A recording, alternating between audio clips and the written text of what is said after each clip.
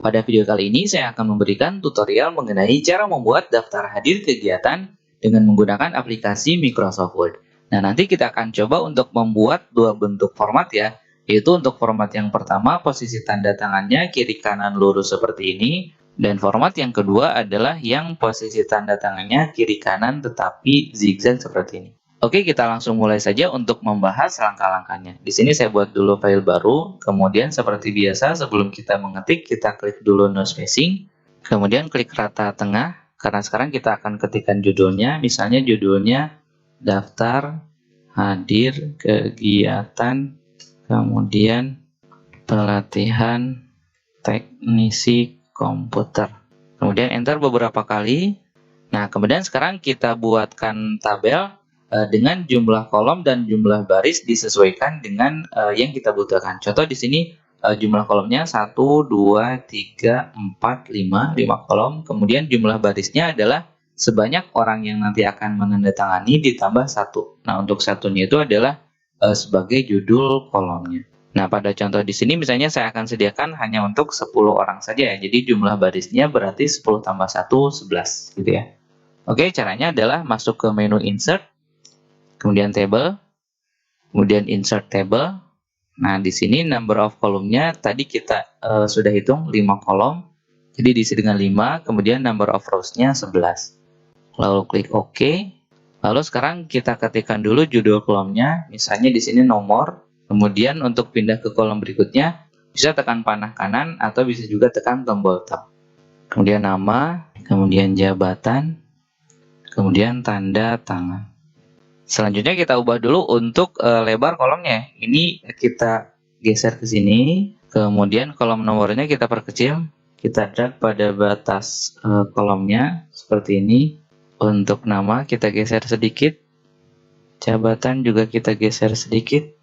Kemudian untuk kolom tanda tangan agar lebar kolomnya sama, kita blok dulu dua kolom ini. Kemudian klik kanan pada area yang diblok. Table Properties. Lalu klik tab kolom. Dan di sini kita centang pilihan preferred width. Misalnya lebar kolomnya saya kasih 3 cm saja. Kemudian OK. Nah, jadi lebar kolomnya sama ya. Nah, kalau misalnya kurang, misalnya kita ubah lagi, klik kanan lagi pada area yang di blok, table properties, misalnya kita ganti jadi 3,3 lah. Oke, nah udah cukup. Kemudian langkah berikutnya kita atur dulu untuk tinggi barisnya ya. Caranya adalah kita blok satu tabel ini, bisa dengan cara seperti ini. Bisa juga kita klik icon yang ada di sudut kiri atas tabel, yang ini. Atau bisa juga kita bloknya dengan cara kita drag dari atas sampai bawah pada area batas margin sebelah kiri, gitu ya.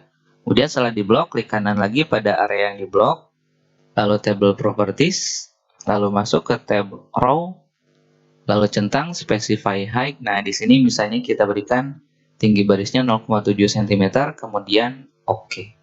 Kemudian kita ubah perataannya, masuk ke layout, masih dalam posisi semua tabel di blok, lalu kita klik yang ini ya, align center, sehingga posisinya di tengah-tengah.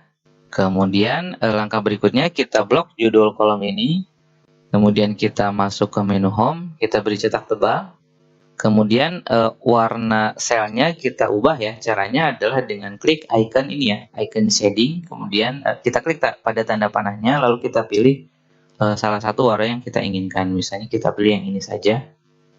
Kemudian sekarang kita akan ubah bentuk garis yang bawah ini ya. Jadi nanti kita akan ubah menjadi seperti ini.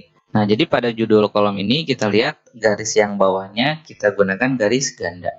Caranya adalah, jadi pertama kita blok dulu satu baris ini, judul kolomnya kita blok, lalu klik kanan pada area yang diblok, lalu border and shading. Kemudian di sini kita klik custom, lalu kita pilih garis yang ganda, lalu kita matikan dulu garis yang bawah yang ini, matikan, lalu nyalakan lagi, klik lagi ya. Kemudian OK, hasilnya seperti ini. Kemudian kita ketikkan dulu untuk nomornya, kita ketikkan secara manual saja, 1 panah bawah, 2 panah bawah, 3 dan seterusnya. Kemudian untuk titiknya, ketikkan titik dari sini, lalu panah atas, titik, dan seterusnya. Kemudian di sini untuk judul daftar hadirnya kita blok dulu, kemudian kita beri cetak tebal ya.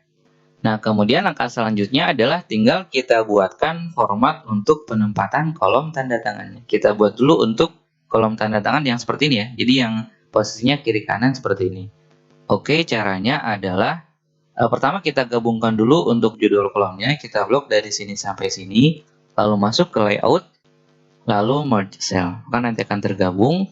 Nah, langkah selanjutnya adalah tinggal kita blok dua sel ini, lalu pada keyboard kita tekan tombol F4. Salah satu fungsi tombol F4 adalah untuk mengulangi perintah yang terakhir kali dilakukan. Nah, tadi kan langkah yang terakhir dilakukan adalah menggabungkan sel atau merge cell.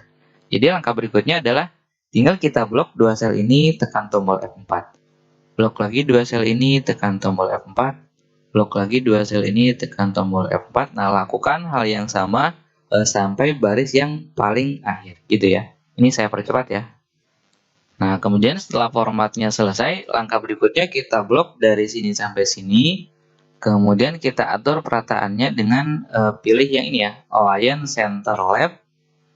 Kemudian ketikkan nomornya di sini. Kita mulai dari sini. Untuk kolom yang sebelah kiri kita ketik nomor ganjil, sebelah kanan ketik nomor genap. 1, 3, 5, 7, 9. Kemudian pindah ke sini 2, 4, 6, 8, 10. Kemudian titiknya tinggal kita ketikkan saja titik panah atas, dan seterusnya.